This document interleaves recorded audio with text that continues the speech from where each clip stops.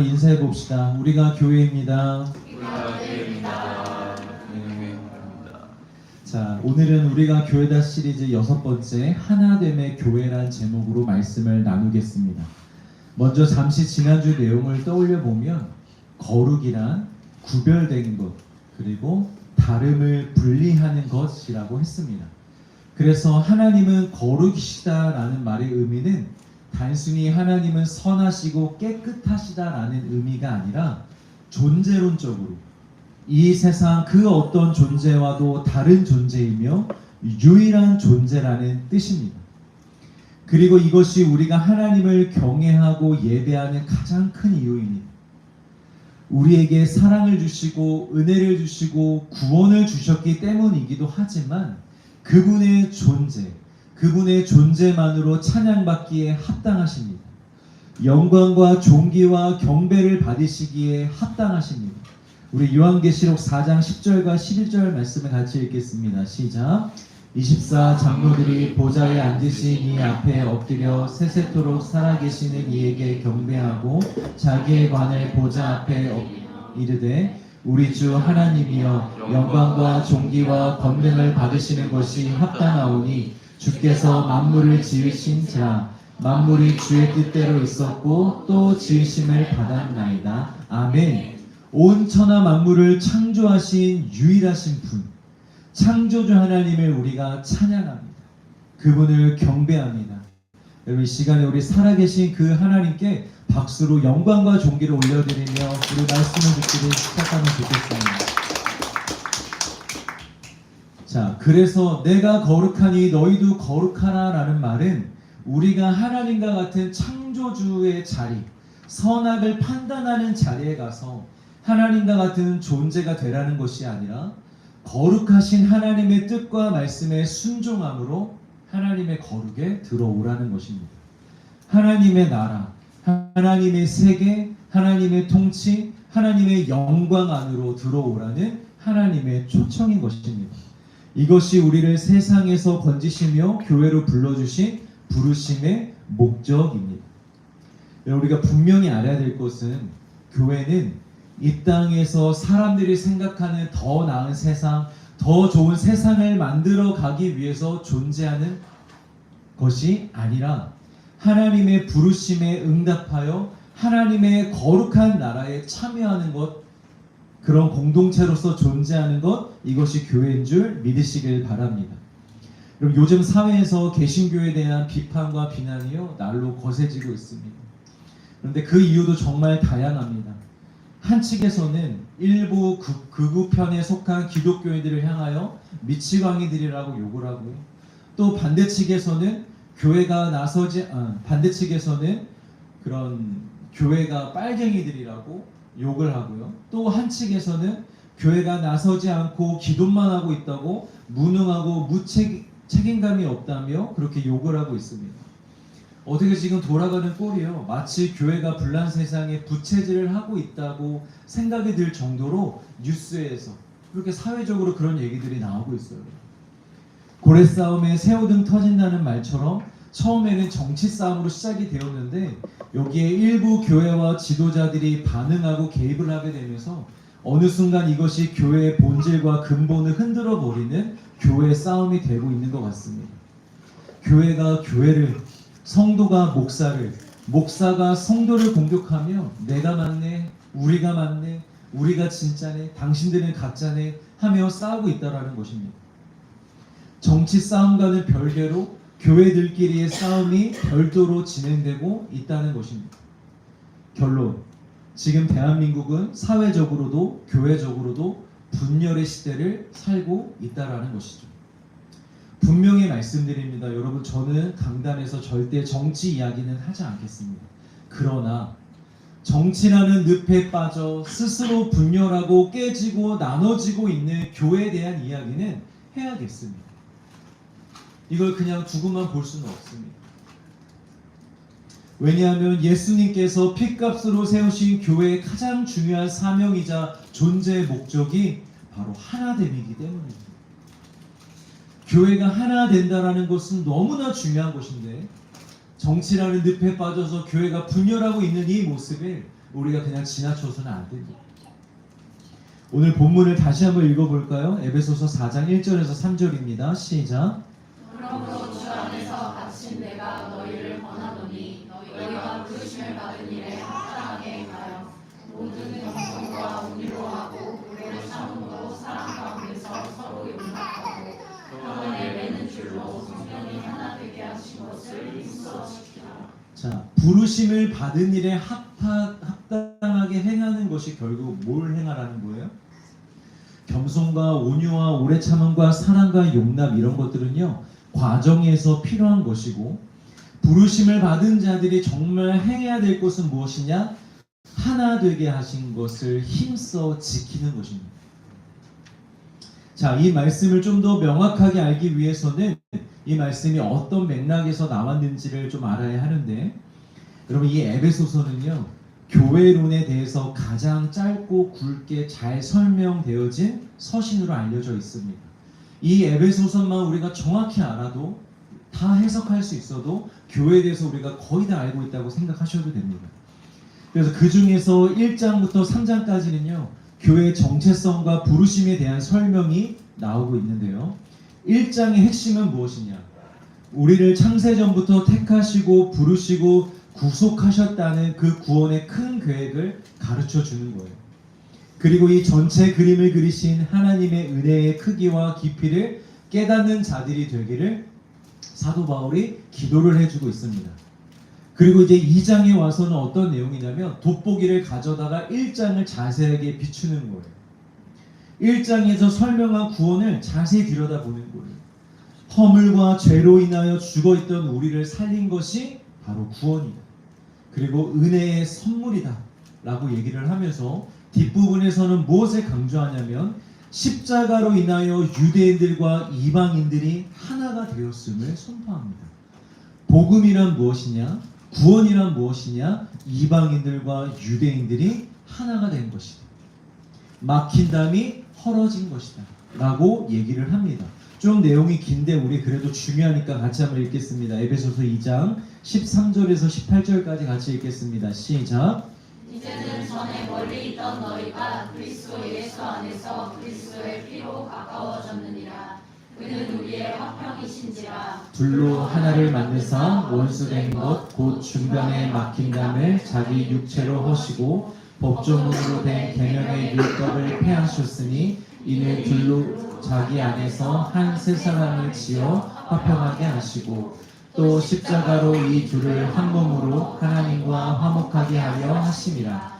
원수된 것을 십자가로 소멸하시고 또 오셔서 먼 데 있는 너희에게 평안을 전하시고 가까운 데 있는 자들에게 평안을 전하셨으니 이는 그로 말미암아 우리 둘이 한 성령 안에서 아버지께 나아감을 얻게 하려 하심이라. 아멘. 여러분 잘 보십시오. 정치적으로 나뉜 정도가 아니에요. 법으로 완전히 나뉘어졌던 존재들이에요. 더럽다 여겨지며 상종도 못할 자들로 여겨졌던 존재. 그래서 원수가 되어 서로를 배척했던 존재. 여러분 이스라엘 사람들만 이방인을 배척했던 게 아니에요. 그런 대접을 받는 이방인들은 유대인들을 얼마나 싫어했겠어요. 얼마나 원수같이 여겼겠어요. 그러니까 서로가 서로를 완전히 원수로 여겼던 존재. 그 사이에 존재했던 그 누구도 무너뜨릴 수 없었던 그 막힌 담을 예수님께서 오셔서 십자가의 죽으심으로 말미암아 자신의 육체를 그 담에 치심으로 말미암아 그 담을 완전히 무너뜨리셨다라는 거예요. 그리고 그 둘 사이를 화목하도록, 화평하도록, 평안하도록 임하셨다라는 것입니다. 그리고 이제는 그 두 존재가 성령 안에서 하나가 되어 오직 거룩을 향하여 거룩하신 아버지를 향하여 함께 지어져 가는 존재들이 되었다라는 것입니다. 여러분, 우리가 이 말씀을 단순히 유대인들과 이방인들만 생각하면 안 됩니다. 사람과 사람 사이에도 여러분 우리가 생각할 수 있어야 됩니다. 여기에서 예수님께서 십자가를 지신 이유가 여러분 보이십니까? 나만을 위한 십자가가 분명히 아니라는 거예요. 누구를 위한 십자가? 우리를 위한 십자가라는 것입니다. 죄로 인하여 사람들이 서로 불신하고 서로를 미워하며 정죄하고 용납하지 못하고 나와는 다르다고 배척하고 너와 나는 철저히 남으로 구분지으며 나만을 사랑하며 나만을 지키고자 살고자 했던 그 이기심의 모든 담을 예수님께서 허무셨다라는 것입니다.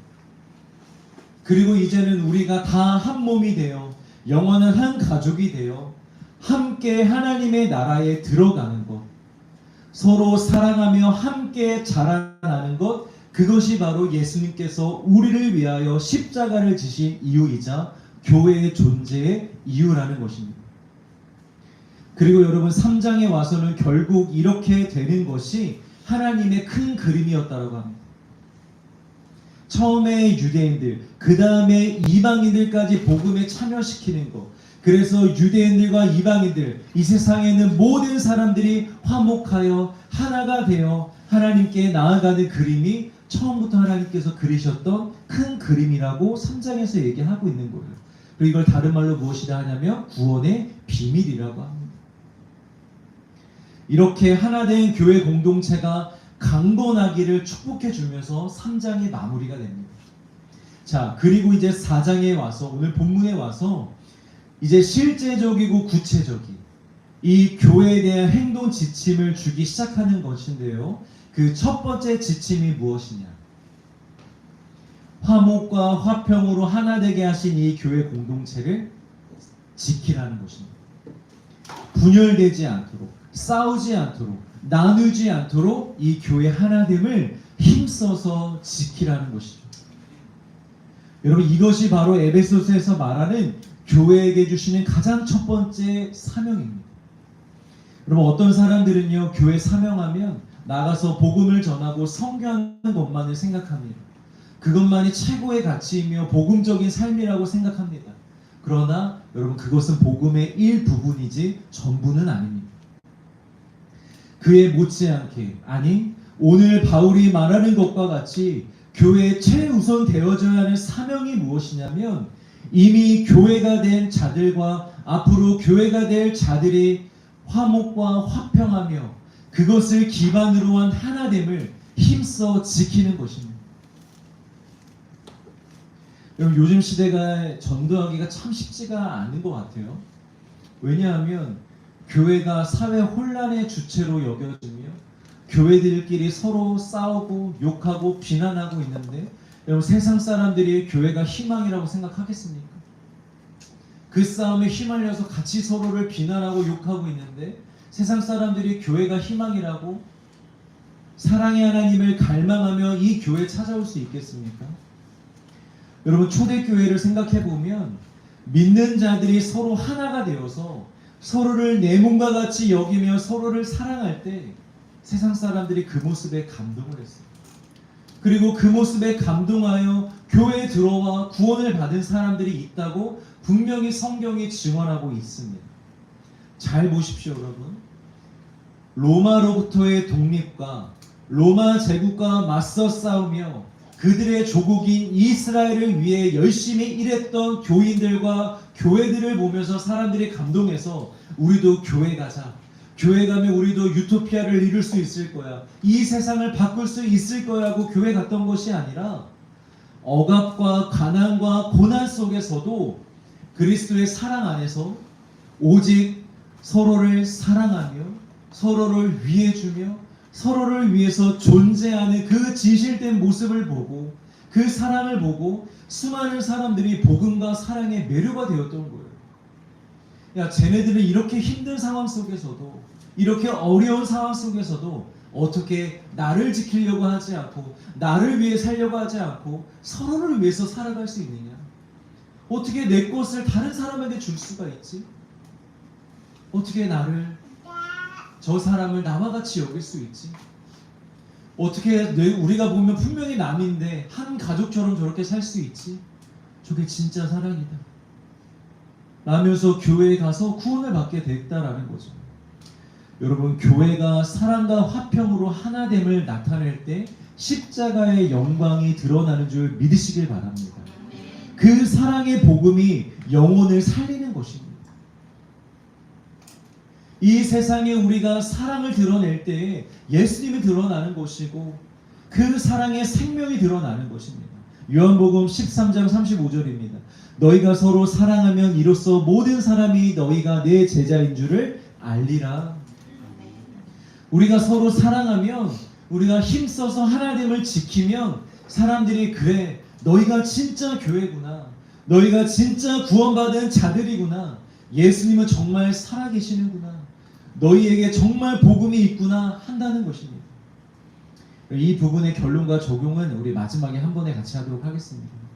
여러분, 그런데 여기서 중요한 것이 있습니다. 무엇이냐면 우리가 힘써 지켜야 하는 교회의 하나됨이 무엇인지를 우리가 정확히 알아야 됩니다. 왜냐? 여기에 대한 오해가 있으면 우리가 하려고 하는 그 하나됨의 노력이 오히려 교회를 분열시킬 수 있고 나누게 할 수 있기 때문입니다. 여러분, 성경이 말하는 교회는 하나잖아요. 그런데 교파와 교단은 참 많습니다. 외국은 제외하더라도 우리 한국만 좀 볼까요? 먼저 교파와 교단을 제가 짧게 설명을 해드릴게요. 먼저 교파란 보시는 것처럼 장로교, 감리교, 침례교, 성결교, 오순절파 이렇게 큰 단위로 나눈 게 교파입니다.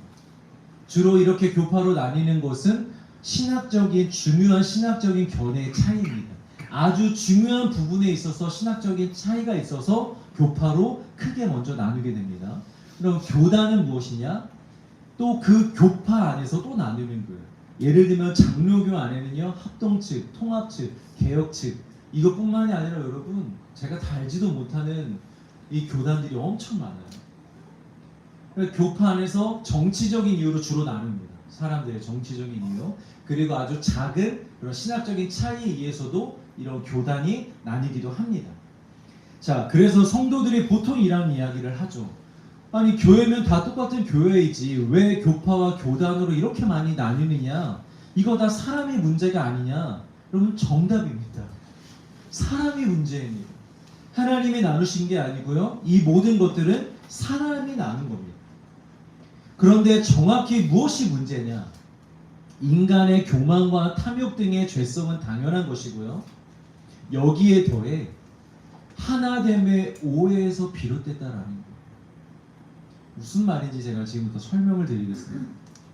여러분, 사람들은 누구나 다 각자의 신앙적 이해와 교리적 입장과 영적인 경험이 다 다릅니다.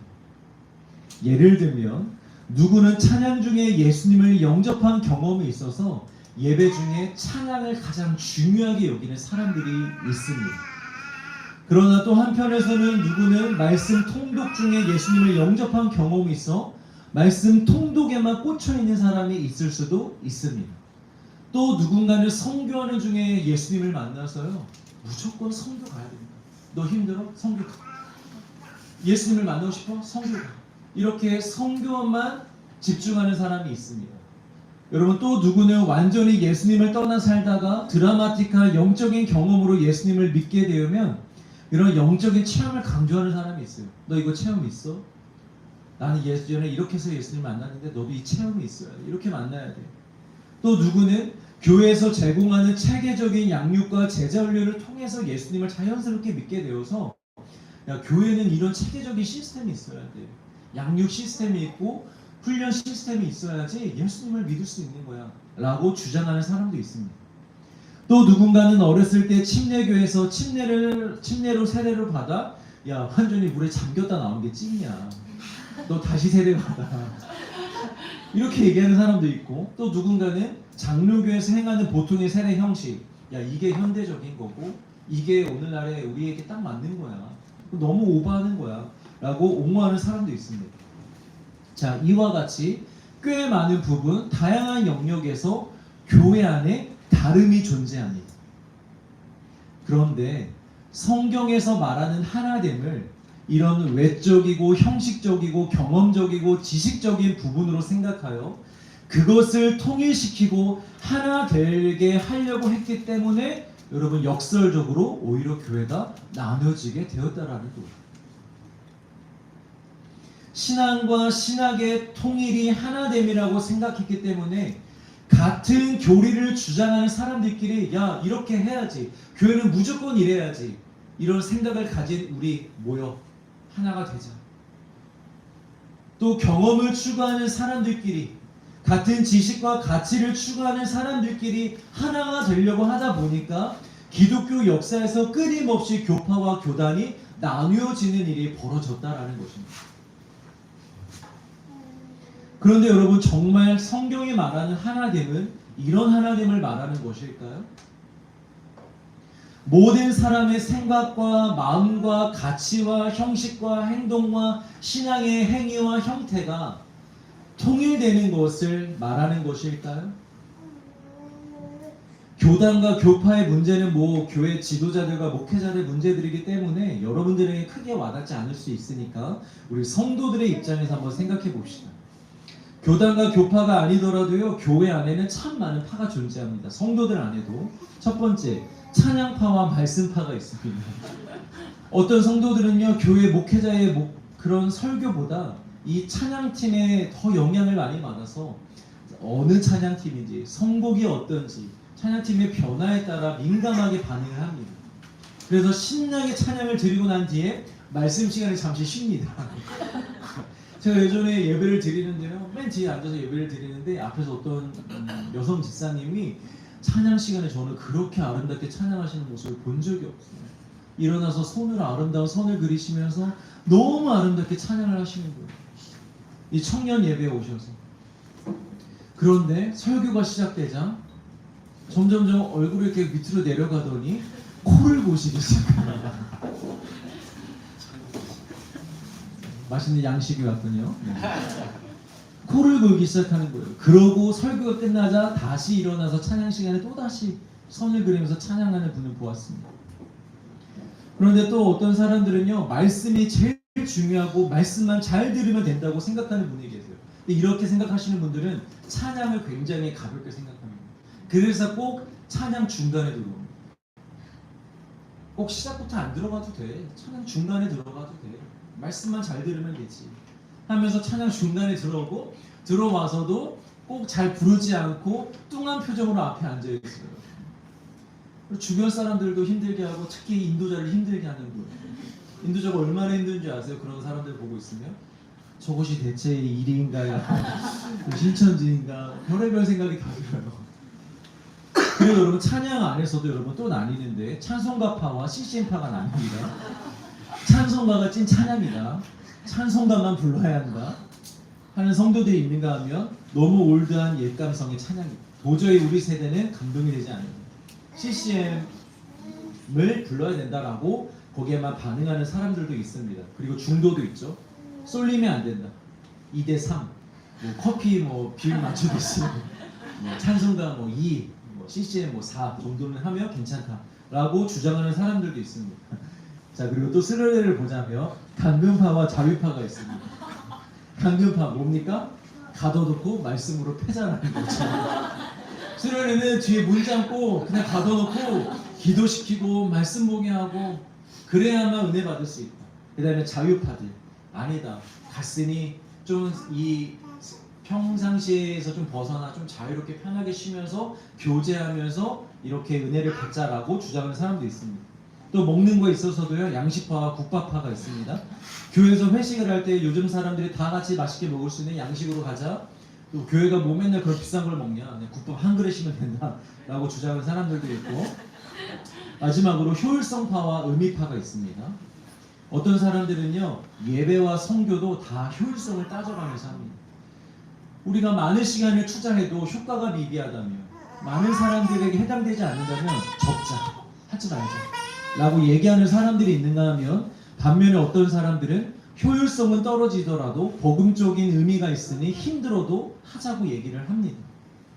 자, 이것뿐만이 아닙니다. MT를 가려고 해도, 아우팅을 가려고 해도, 친목을 하려고 해도 언제나 교회 안에 다름은 늘 존재합니다. 그런데 여러분, 성경이 말하는 하나됨이 정말 이 모든 것들에 있어서 의견을 하나로 맞춰야 하는 것이며, 그것을 맞추기 위해서 누군가는 희생하면 되는 것입니까? 정말 그런 하나됨이 예수님이 말씀하시는 하나됨일까요? 우리가 그걸 힘써야 되는 걸까요? 뭐 먹는 부분에 있어서는 우리가 웬만한 거 다 잘 먹기 때문에 크게 문제가 되지 않겠지만 다른 부분의 다름에 있어서는 모두가 통일하는 것이 참 어려워 보입니다. 모두가 같은 의견을 가지고 같은 생각을 가지고 함께하기란 어떻게 보면 사실상 불가능에 가까워 보입니다. 경험상 그런 것 같습니다. 항상 다른 생각과 다른 마음을 가지고 불만을 나타내거나 마음이 어려운 사람들이 늘 존재하기 때문입니다. 어떤 결정을 한다 할지라도 아무리 희생하고 양보한다 할지라도 누군가는 꼭 불만을 나타내고 꼭 마음에 어려움을 겪는다라는 거죠. 그것보다 그런 불만과 어려움이 있어도 그것보다 더 중요한 하나됨을 위해 무시하고 참고 넘어가면 되는 것입니까? 예를 들어 봅시다. 교회와 더불어 하나됨의 가장 대표적인 공동체는 여러분 무엇이죠? 하나됨이라는 공동체. 성경이 말하는 이걸 자꾸 내려가죠. 부부입니다. 부부. 하나님은 분명히 부부에 대해서 얘기하실 때 각자가 부모를 떠나 서로가 하나가 되는 것, 이것을 부부로 정해 주셨습니다. 누구보다 이 말씀을 알고 있는 제가, 그럼 만약입니다. 만약 이 말씀을 알고 있는 제가 만약에 아내와 의견이 다른데 아내와 하나가 되라고 하셨으니 이렇게 참아서라도 하나가 돼야지 하면서 속으로는 주님, 저는 저 사람의 의견에 동의하지 않습니다. 이렇게 하는 것이 잘못된 것 같다고 저는 생각합니다. 저 사람이 실수하는 것이라고 생각합니다. 그러나 하나님이 하나가 되라고 하셨으니 그냥 참겠습니다. 그냥 들어주겠습니다. 라고 한다면 여러분 이런 하나됨을 정말 예수님이 원하시는 걸까요? 더 극단적으로 예를 들어 드리고 싶은데 제 아내가 여기 있어서 네, 이렇게밖에 표현 못하지만 이렇게 외형과 형식의 통일이 하나됨이라고 생각하여 그런 하나됨을 힘써 지켜보겠다고 했다가 여러분 문제가 생긴 사건이 하나 있어요. 그게 대표적으로 어떤 사건이냐면 바로 바벨탑 사건이에요. 당시에 사람들이 많아지자 이 중앙 통제가 쉽지 않게 되었습니다. 같은 공동체로서 같은 한 통제를 받으며 함께 어울려져 살아가는데 문제가 생기기 시작한 거예요. 사람들이 점점 중앙 통제를 따르지 않고 각자 흩어져서 살아갈 기미와 조짐이 보이기 시작했던 거예요. 그때 일부 사람들이 무슨 생각을 하게 되냐면 흩어지면 안 돼. 우리가 하나 된 걸 지켜야 돼. 우리는 하나야. 우리는 한 통제 안에서 한 세상 안에서 살아야 돼. 그 하나됨을 지키자 라고 쌓은 탑이 바로 바벨탑이었습니다. 탑을 쌓고 자신들의 이름을 내걸어서 자신들이 가진 권력과 권위를 내세워서 어떻게든지 흩어짐을 면하자고 했던 것입니다. 그런데 여러분 하나님이 이것을 보시고 칭찬하셨나요? 야, 니들 어떻게 내 마음을 그렇게 잘 알았니? 하나 되는 거 중요해. 하나됨을 지키려고 했구나. 참 기특하구나 했나요, 여러분? 중풍병자 내 친구가 지붕을 뚫은 것과 같이 포기하지 않고 돌파하여 하나됨을 지켰구나 라고 하셨습니까? 아닙니다, 여러분. 그 일로 인하여 인류는 정말 흩어지게 되었습니다. 오히려 마치 교단과 교파가 나뉘어졌던 것처럼 잘못된 하나됨의 추구가 오히려 인류가 완전히 나누어지게 되는 결과를 낳게 되었다라는 것입니다. 그러니 여러분 명심하십시오. 교회 안에서 잘못 이해되어진 하나됨의 추구는 반드시 교회를 나누게 되어 있습니다. 우리가 억지로 하나 돼야지, 하나로 뭉쳐야지, 한 마음으로 해야지, 억지로 하나가 되려고 여러분 애쓰다 보면요, 반드시 교회는 상처를 입고 아픔을 입고 찢어질 수밖에 없습니다. 그렇다면 사도 바울이 말하고 예수님이 뜻하시는 교회의 하나됨이란 여러분 무엇을 말하는 것일까요? 이런 모든 것들을 통일하는 것이 아니라 다른 것이 하나됨이라면 그것은 대체 무엇을 말하는 것일까요? 다름의 일치가 아니라 다름을 인정하는 것이 하나됨입니다. 여러분, 너무 역설적인 말이죠. 다름을 일치시키는 것이 하나됨이 아니라 다름을 인정하는 것이 진정 하나가 되는 것이라는 거죠.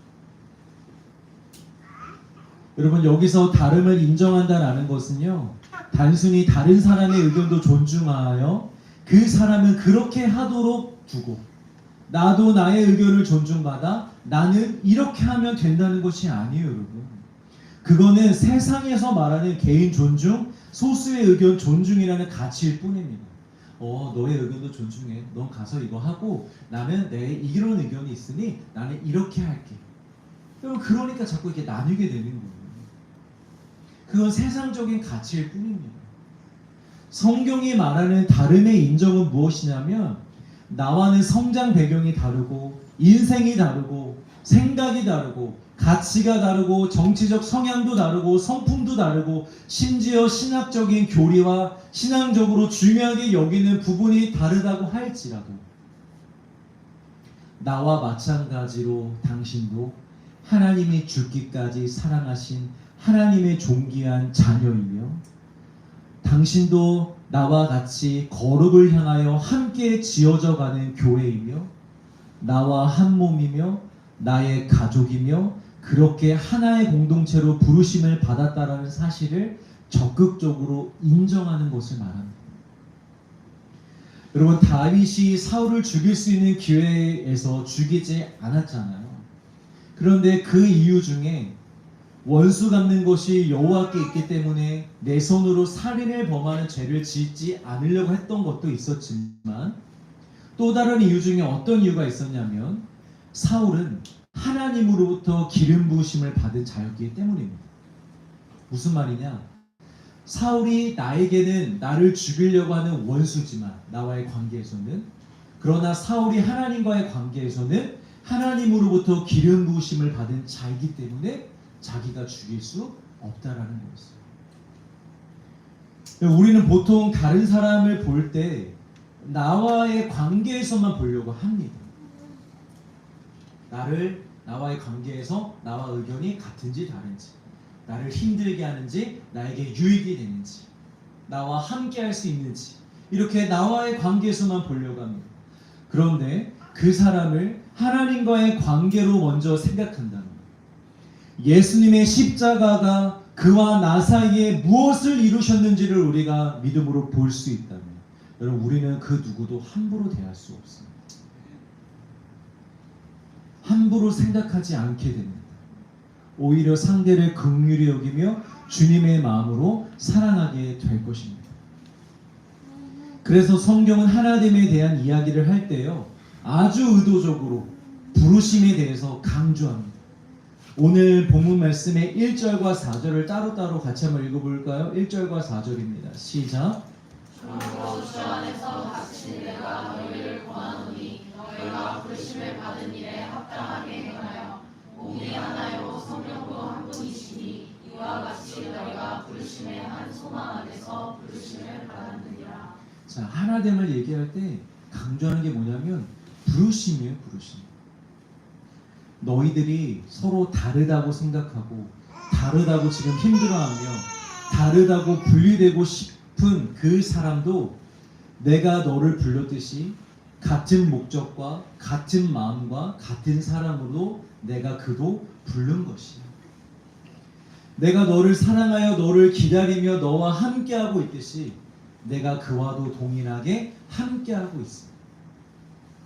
그러니 너와 다르다고 배척하지 말고, 너와 다르다고 무시하지 말고, 너와 다르다고 외면하지 말고, 같은 목적을 향하여, 같은 소망을 향하여, 같은 생명을 향하여 적극적으로 계속해서 함께 지어져 가라는 것입니다.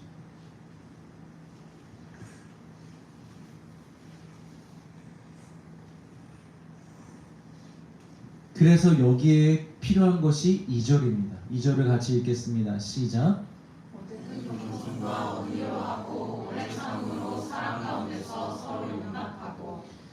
다름을 인정하되 분리하는 것이 아니라 여러분 적극적으로 함께 지어져 가려면, 적극적으로 함께 하나가 되려면요, 여기에서 말하는 겸손과 온유와 오래 참음과 사랑과 용납이 절대적으로 필요합니다. 생각해 보십시오.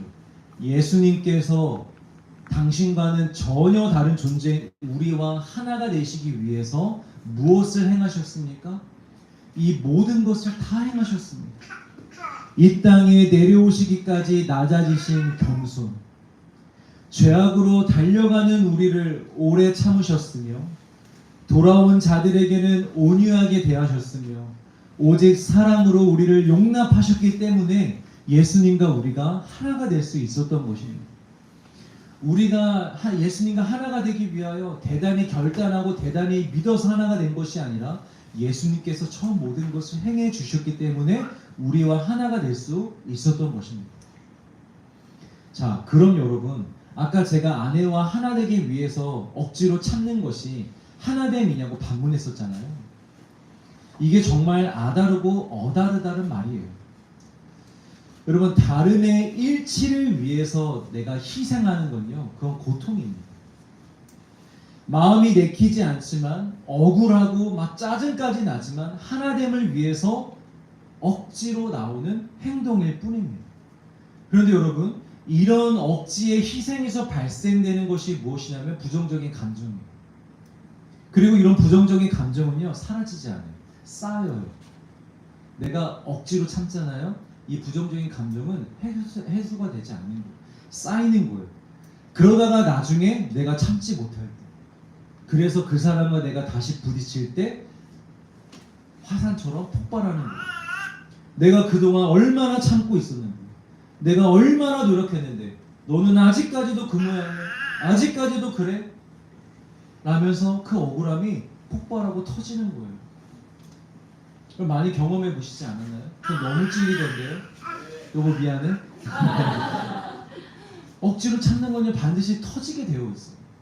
그런데 진짜 하나님의 부르심 속에서 다름을 인정해서, 아, 저 사람도 하나님이 정말 귀하게 여기시는 존재구나, 정말 나와 한 가족이고 나와 한 몸이구나 라는 인정해서 나오는 희생은요, 여러분 부정적인 감정을 남기지 않습니다. 그리고 부정적인 감정으로 스스로를 고통스럽게 하려고 하지 않습니다.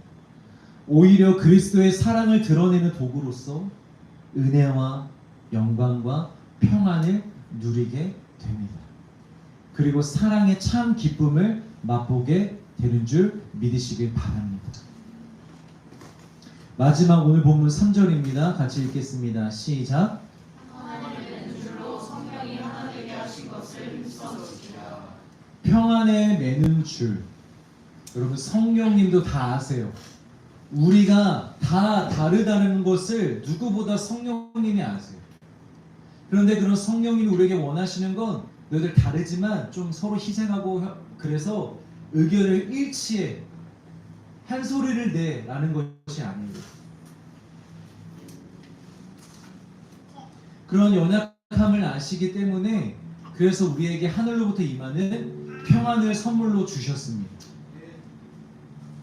하나님을 힘써 지키려고 하는 자들에게 주시는 의의 무기입니다. 여러분. 나와 그에게 평안을 선포하는 거예요. 다르지만 우리는 한 몸이니 평안할지어다. 사랑하며 서로 평안 가운데 임할지어다 라고 선언하면 여러분, 우리가 하나님을 지킬 수 있다라는 거예요. 함께 공존할 수 있다라는 거예요. 다름을 가지고 있으면서도. 그걸 억지로 맞추지 않아도, 꼭 의견을 조율하지 않아도 우리가 다름을 인정하고 평안을 선포하면 함께 자라갈 수 있다는 것입니다. 말씀을 정리하겠습니다. 교회는 한 분이신 하나님으로부터 하나의 목적을 가지고 하나됨으로 부르심을 받은 공동체입니다. 서로 다르지만 한 부르심 안에서 하나가 되어 거룩하신 하나님이 거하실 처소가 되기 위하여 함께 지어져 가는 것입니다. 그래서 하나됨을 지키라라는 것은 형식과 외형적인 일치됨을 만들라는 것이 아니라 다르다고 포기하지 말고 끝까지 서로 사랑하고 용납하며 함께 머물라는 것입니다. 끝까지 하나가 되어 함께 지어져 가라는 것입니다. 여러분, 먼저 우리 공동체에 적용해 보자면, 여러분, 지금까지는 다름 때문에 우리가 힘들 일은 없었을 거예요. 이 덜하초를 시작하고 지금까지 오면서. 혹시 힘드신 분들은 저에게 개인적으로 연락 주세요. 목사님, 사실 저 정말 힘들었습니다. 연락 주세요. 아마 지금까지는 크게 힘들진 않았을 거예요. 그러나 4월달부터는 어쩌면 우리에게 다름이 힘듦으로 다가올 때가 많을 것입니다. 여러분, 그러나 그럴 때 우리 포기하지 맙시다. 그리고 물러서지 맙시다. 내가 저 사람들은 그냥 안 보고 우리 개척 멤버들만 봐야지, 마음이 통하는 사람들만 봐야지, 이 사람들하고만 교제해야지, 이러고 여러분 물러서지 맙시다. 우리와 어떤 다름을 가지고 있든지 여러분, 우리 함께 지어져 갑시다. 적극적으로 그들을 사랑하고 그들을 용납하고 이해해주고 안아주며 포용하며 함께 지어져 가봅시다. 그 안에 여러분 놀라운 하나님의 역사가 일어날 줄 믿습니다. 아멘. 자, 그리고 서두에 던져놨던 문제를 이제 마무리해야 되는데요. 지금 이 시기에 여러분, 교회는, 우리는 무엇을 해야 할까요? 어떻게 해야 할까요? 제가 이 문제를 지금 다루려고 하는 이유는요, 지금 대형교회, 한국교회에서 큰 교회 목사님들도 많이 좀 이렇게 그런 것 같아요. 딱 누가 이렇게 나서서 정리를 못 해주고 있네? 어느 편에 속했다가 이런 말 했다가 또 이런 소리를 듣고 저런 소리 했다가 또 저런 소리 들어서 이 성도들이 대체 이런 시기에 크리스찬으로서 어떻게 해야 되는지, 무엇을 해야 되는지를 모르고 있는 것 같아서 거기에 우리도 포함되니까 이거를 좀 마무리 지으려고 합니다. 사실 어렵지 않습니다. 그런데 미움받고 욕먹을 용기와 고난받을 담대함은 필요합니다. 그걸 전제해야만 우리가 어떻게 해야 되는지가 명확해집니다. 근데 우리가 여기서 욕먹고 싶지 않고 미움받고 싶지 않고 고난받고 싶지 않은 마음이 있다면 여러분, 우리 교회로서 존재할 수 없습니다. 성경대로 살면, 주님의 뜻대로 살면 그럴 수밖에 없기 때문입니다. 그걸 전제해서 나누겠습니다. 먼저는 여러분, 세상 거짓 소리에 속지 마십시오. 세상은 자꾸 우리에게 정치적인 정의를 지키라고 얘기를 합니다. 그것이 기독교의 정의를 지키는 것이라고 우리를 속입니다. 아닙니다, 여러분. 교회가 정말 목숨을 다해 지킬 것은 복음이고 생명이고 진리의 말씀입니다. 이것 외에 우리가 생명을 걸고 지킬 것이 없습니다. 요한복음 18장 36절입니다. 예수께서 대답하시되 내 나라는 이 세상에 속한 것이 아니니라. 만일 내 나라가 이 세상에 속한 것이었더라면 내가 정말 이 세상을 살기 좋은 세상으로 바꾸는 것이, 하나님의 나라로 바꾸는 것이 진짜 하나님의 나라였다면 내 종들이 싸워 나로 유대인들에게 넘기지 않게 하였으리라. 그런데 내 나라는 여기에 속한 것이 아니니라. 그럼 만약 이 세상에 속한 나라를 우리가 정말 지켜내야 했다면, 폭력으로 이룬 불의한 로마 제국으로부터 이스라엘이 해방되어 정치적인 자유를 누리는 것이 정말 하나님이 말씀하시는 정의였다면 예수님의 종들이 나서서 데모하고 시위하고 싸워서라도 예수님을 로마 군인들에게 넘기지 않았을 거란 거예요. 유대 종교 지도자들에게 넘기지 않았을 거라는 거예요. 아니, 오히려 예수님이 제자들에게 명령했을 거라는 거예요. 나를 지켜. 나 넘어가면 안 돼. 내가 여기 있어야지. 내가 있어야 이 나라가 바뀌지. 내가 있어야 이 나라가 새로워지지. 했다라는 거예요. 그런데 하나님의 나라는 그게 아니라는 거죠. 그리고 더군다나 여러분, 지금 우리가 예수님을 지키려고 하는 것도 아니에요. 세상이 지키려고 하는 게 무엇입니까? 분명히 문제가 있어 보이는 인간 지도자를 넘기지 않으려고 그 일에 교회가 나서서 함께 싸운다고요? 여러분, 교회가 왜 이걸 분별하지 못합니까? 미움받을 용기가 없어서, 고난받을 담대함이 없어서. 너무 분명하잖아요. 인간 지도자를 넘기지 않기 위해서 우리가 나서서 싸운다? 말이 됩니까? 이건 너무나 분명히 하나님의 일이 아니라 사람의 일입니다. 제자 베드로가 십자가를 지러 가신다는 예수님을 막아섰을 때 사탄아 물러가라, 네가 지금 하나님의 일이 아니라 사람의 일을 생각하는도다 라고 말씀하셨잖아요. 우리가 자꾸 이 정치에 끼려고 하는 건 여러분 분명히 사람의 일입니다. 세상을 무시하고 세상의 일에 무관심하라는 것이 아닙니다. 여러분, 우리가 구약과 신약을 통해서 보고 듣고 배운 역사가 무엇입니까? 온 세상의 주권자는 하나님이시며 온 세상은 하나님의 손에 있다라는 거잖아요. 우리 다니엘서 4장 17절 같이 읽겠습니다. 시작. 누구시니가 사람의 나라를 다스리시며 자기의 뜻대로 그것을 누구에게 주시는 사람들이 알게 하려 함이라 하였느니라. 이 외에도 여러 곳에서 말씀하십니다. 온 세상, 이스라엘뿐만이 아니라 온 세상 나라는 하나님의 주권 아래입니다. 하나님이 왕을 세우기도 하시고 하나님이 왕을 패하기도 하십니다. 하나님이 제국을 일으키시기도 하시고 하나님이 제국을 멸하기도 하십니다. 이 모든 나라의, 이 모든 세상의 주권은 하나님에게 있다라는 것입니다. 여러분, 이럴 때일수록 우리 교회가 해야 될 건 무엇이냐면 이 싸움에 참여하여 이 싸움을 키울 것이 아니라 살아계신 하나님께 이것을 맡겨드리고 하나님께서 역사하시도록 기다려야 됩니다. 그런데 일부 기독교인들도 이런 말을 해요. 교회가 기도만 하고 가만히 있는 것이 과연 맞는 것이냐고 반문을 합니다. 그럼 저는 오히려 그들에게 반문하고 싶습니다. 여러분, 정말 하나님을 믿는 분이십니까? 여러분, 하나님의 주권을 정말 인정하시는 하나님의 백성이십니까? 여러분, 기도보다 강력한 능력은 없습니다. 기도보다 확실한 역사는 없습니다. 하나님보다 확실한 주권자는 없으십니다. 우리 그걸 믿는 거잖아요. 교회는 그걸 믿는 사람들이잖아요. 그리고 여러분, 교회가 정말 싸울 것은 정치적 이념이 아니라 죄와의 싸움입니다.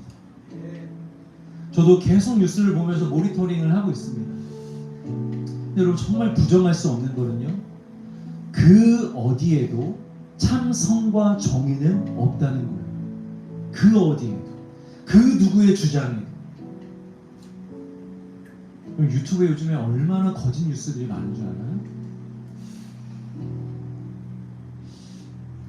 모르고도 당하는데요, 알면서도 그냥 그 거짓 뉴스를 진실처럼 받아들이는 시대예요.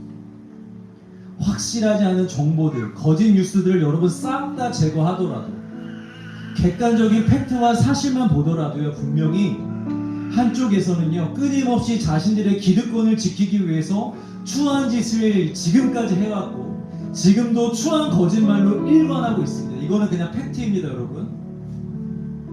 또 다른 한쪽에서는 분명 반기독교적인 법안들로 교회를 위협하고 있는 부분이 분명히 존재합니다. 어느 쪽도 선이라고 얘기할 수 없고 어느 쪽도 하나님의 편이라고 얘기할 수 없습니다. 정답 없습니다, 여러분. 모두가 다 하나님께 죄를 짓고 있습니다. 곧 심판받아 멸망할 이 세상의 모습일 뿐입니다. 그런데 어느 한쪽에 껴서 이기도록 교회가 나서서 편을 들라고요? 그 싸움에 끼어들라고요, 여러분? 여러분, 진정한 예수의 사람들이라면, 진정한 교회라면 우리가 지금 해야 될 건 무엇이냐면 이 세상에 난무하고 있는 죄와 싸워야 돼요. 여러분, 죄와 싸운다는 것은 피켓 들고 나가서 외치는 것이 아니라 엎드려 회개하는 것입니다. 우리가 죄를 어떻게 해결했습니까? 우리가 죄와 싸워서 이겼습니까? 엎드려 회개할 때 우리 안에 죄가 해결되는 거잖아요. 이 세상의 죄를 위하여 우리가 예수님께 하나님 앞에 엎드려 회개해야 됩니다. 우리의 죄로 여기며 나의 죄로 여기며 우리가 간절히 회개해야 됩니다. 하나님, 죄송합니다. 저것은 우리의 죄입니다. 우리 교회가 진리 가운데에, 본질 가운데에 제대로 서 있지 못하여 이 세상에 우리에게 영향을 받지 못하여 끊임없이 오직 자기의 유익과 자기의 만족과 그 기득권을 지키려고 거짓으로 살아가고 있습니다. 또한 세상적인 가치관들로 이 세상을 더 죄악으로 몰아가고 있습니다. 주님 용서하여 주시옵소서. 이 땅의 죄를 용서하여 주시옵소서. 여러분, 죄와 싸워야지 정치적인 이념과 싸워서는 안 됩니다. 마지막입니다. 교회 하나됨을 여러분 우리가 힘써 지켜야 됩니다. 교회가 이 일로 인하여 분열되어서는 안 됩니다. 여러분 지금 가장 좋아할 게 누군 줄 아세요? 사단이겠죠. 사단은 아마 잔치가 열렸을 거예요. 교회가 드디어 분열하기 시작했다. 교회가 드디어 서로 싸우기 시작했다. 네가 맞네 내가 맞네, 이렇게 해야지 저렇게 해야지, 싸우기 시작했어. 누가 가장 좋아하겠습니까? 사단이 가장 좋아하는 것입니다. 어쩌면 하나님께서 코로나 때와 같이 교회의 실체를 낱낱이 드러내시기 위해서 지금 이 시간들을 허락해 주시는 것 같아요. 기도하다 보니까 분명 하나님 이것을 미리 알고 계셨을 텐데도 우리에게 허락하신 이유는 교회의 실체를 드러내고 고쳐주시기 위함인 것 같아요. 오히려 우리 교회들에게 기회인 것 같습니다. 실체가 어때요 여러분? 툭 건드렸더니 분열해요. 툭 건드렸더니 무서워서 바로 선포를 하지 못해요. 툭 건드렸더니 갈라서고 찢어져요. 여러분 이게 오늘날 우리 교회 현실이에요. 이 상태를 이제 보았으니 여러분 우리가 나서서 기도해야 될 줄 믿습니다. 하나님 교회가 하나 되길 원합니다. 진리 가운데 본질을 붙잡고 오직 예수를 붙잡는 공동체로, 서로 사랑하는 공동체로 우리가 하나 되길 원합니다. 힘써 지키길 원합니다. 그것이 비록 이 세상을 바꾸지 못한다 할지라도 이 세상에 있는 영혼들을 한 영혼이라도 더 살리게 되는 줄 믿습니다. 우리 그렇게 이 시대 가운데 교회로서 그렇게 기도하며 그렇게 존재하며 살아갈 수 있기를 주의 이름으로 축복합니다. 우리 같이 함께 찬양하고 기도하실까요? 이 땅의 황망